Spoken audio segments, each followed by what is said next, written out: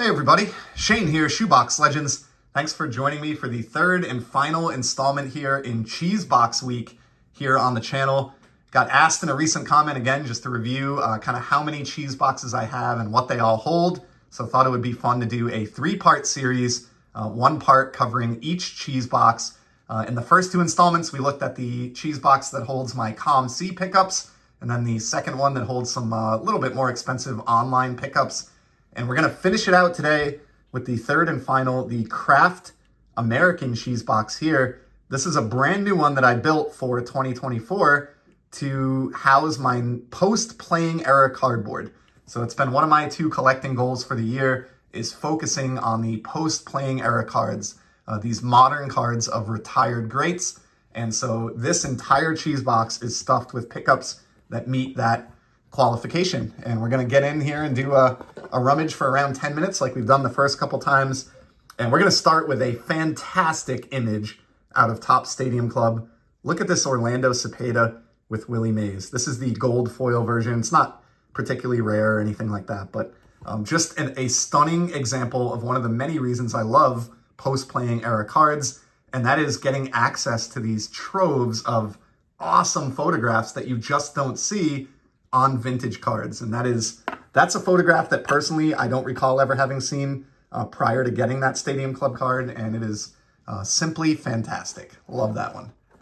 Stadium Club is just getting it done year in and year out. Here's a really recent pickup. I dropped this one in here within the last month, had made a few sales and had a little bit of extra hobby money set aside, and I went out and found this Nolan Ryan from Topps Chrome Gilded collection. This is the mini diamond numbered to 50, and this is the 2023 release. So this is, I love getting Nolan on the 2023 flagship design, and I'm fortunate enough to have his 2022 gilded mini diamond out of 50 in the collection already. And so I wanted to get the 2023 to pair with that. And I have now both versions of the Nolan Ryan gilded mini diamond. He is one of the top players that I collect in the hobby, so it just made sense for me to try to pursue the complete run of his gilded mini diamonds. So really happy. That is not an easy card. I've said it a couple times now, but gilded seems to be getting more and more popular with the passage of time here. And I'm just grateful to have been able to kind of vacuum one of those up now before it became cost prohibitive or there just weren't any available in the marketplace. All right, here's another parallel type that I feel like I've been showing quite a bit recently, but it's one of my favorites, and it's from Topps Stadium Club. And these are the rainbow foil board. They're always numbered to just 25. And this parallel has existed for more than 10 years now. And check out this Roger Maris from 2019. Like, look at the shine in the Yankee Stadium backdrop there. What they do is the background on these gets the rainbow foil treatment, whereas the player image is matte. So it really works out quite well. They're stunning cards. And I've said this when I've shown these before, but I love that they combine the great imagery that exists in Stadium Club with kind of a scarcity and chase element being numbered to just 25 copies. So I'm actually going to take Roger. At the risk of damaging this card, I'm going to take it out of the case because that scratched up case wasn't doing this card any favors. But I mean, just a gorgeous Roger Maris card. I would love to add a nice 61 Topps Maris to my collection. It's on my list. Just need to find that right copy. But in the meantime, as far as modern stuff goes, that is a killer shot there. Love that extended bat close-up.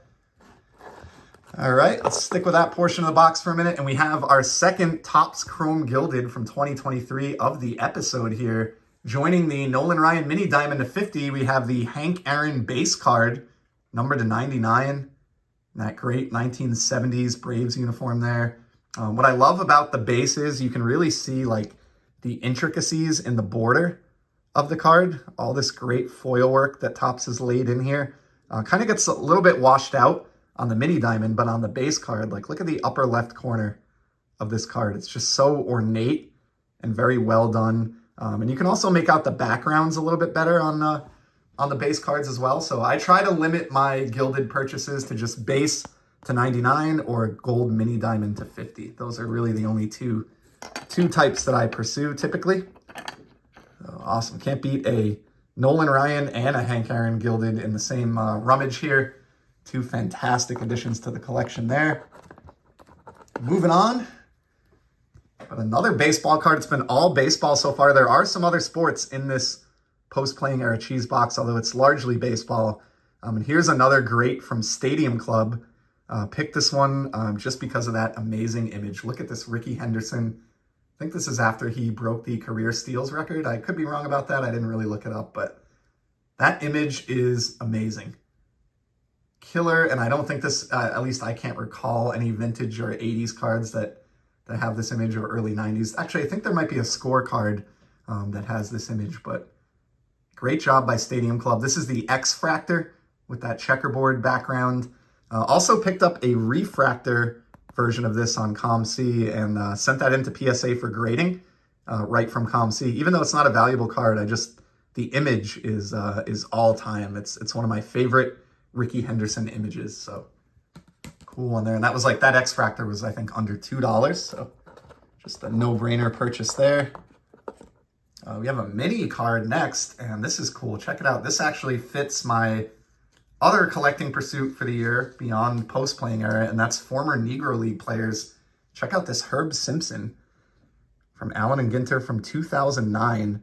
This is the mini, which is the size of like a T206 or a tobacco card, but this one is extra special because it is the no number mini. So you can see, I love that he's labeled here as a Negro League star, which is so cool. But there is no card number up here, which you would normally see. And that's something that Allen and Ginter has done traditionally over the years. And it's known that the no card number variants are limited to 50. Now, in some years, they don't hand number them. And it's just, you just kind of have to know that there are 50 of them. But in 2009, they took the extra step of actually hand numbering these. So I'm really, really pumped to see one of the 50 copies of this Herb Simpson pop out of the cheese box here in this rummage. That is a sneaky good addition to my build out of my former Negro League portion of my collection this year. And man, how about a third Topps Gilded Collection card? And this one is a beast. This is not an easy card here. The 2023 Babe Ruth. And what I've found, I've mentioned it before, but what I've found with these gilded cards is the biggest names in the hobby, the Nolan Ryans and Babe Ruths of the world, are starting to disappear and dry up already. And they're not cheap to acquire. I will say, I think I paid, I'd have to go back and look, I may have paid about $80 for this Babe Ruth card. And you may think that's crazy. I get it. For just a modern shiny card, this obviously is, not in any way even remotely close to a playing era Babe Ruth, but you also can't get a playing era Babe Ruth for $80 or anything, or anywhere even close to that. And I'm a big believer in this set. I love the image, and I just think a Ruth this classy from a set this popular that is numbered to 50 and has that gold out of 50 element going for it as well. I don't see a world in which this doesn't continue to just rise in popularity or be a very desirable card for many years to come. So really, really pumped to pair up the Babe Ruth and the Nolan Ryan. This has been a banner rummage as the Topps Gilded Collection cards go. Here's one fun hockey card. We're going to move away from baseball just for a second. This is Wayne Gretzky with his father celebrating with the Stanley Cup at the Hall of Fame. And I just, there's a lot wrapped up into this card. Wayne's father was a huge part of his upbringing, obviously, and getting him into youth hockey and supporting him to help him become, arguably, in my opinion, the greatest hockey player ever to play the game. And I just love that Upper Deck did a tribute card like this that features Wayne in front of the Stanley Cup with his old man. My own dad was very instrumental in getting me into this hobby to begin with, so I think of him when I see this card as well. And those are all reasons why I just think this is a winner. Not an expensive card, but it's something very different and a type of Wayne Gretzky card that you just don't see every day. That kind of is a nice way to add an accent or differentiate a standard Wayne Gretzky collection a little bit. Let's see what we got next here, and we'll finish off with this one, the final card in today's rummage. I know we're approaching the 10-minute mark here, and I don't want to get this. I don't want this to go too long, but we have yet another Topps Chrome Gilded Collection. This one is from the inaugural release in 2022, and it is the human vacuum cleaner Brooks Robinson. And as was the case with the Ruth and the Ryan, this is the gold mini diamond numbered to 50. In case you can't tell, I'm borderline obsessed with this release. I love the classy design. I love the scarcity of these cards.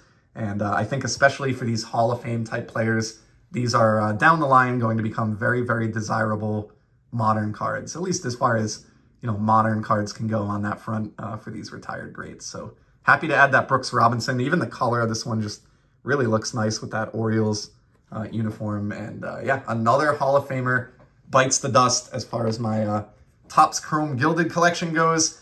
And that's also going to put a wrap on the Cheese Box, the 3-part Cheese Box week here on Shoebox Legends. So I hope this gave you a little bit better of idea of how I store these groups of cards across these 3 various cheese boxes. It's just kind of a fun and creative way for me to have kind of a mixed box ready to sort through when I get a few minutes of downtime or I want to shoot a video, and I can pull out of them knowing with certainty that every card I pull out is going to be one that I love, that I handpicked for my own collection. So that's a wrap on the Cheese Box videos for the week. Certainly appreciate it if you stuck it out for this one or any of these 3 installments. And as you know, I'll be back in the very near future with some more sports card content. Till then, I hope everyone keeps enjoying the hobby. Take care.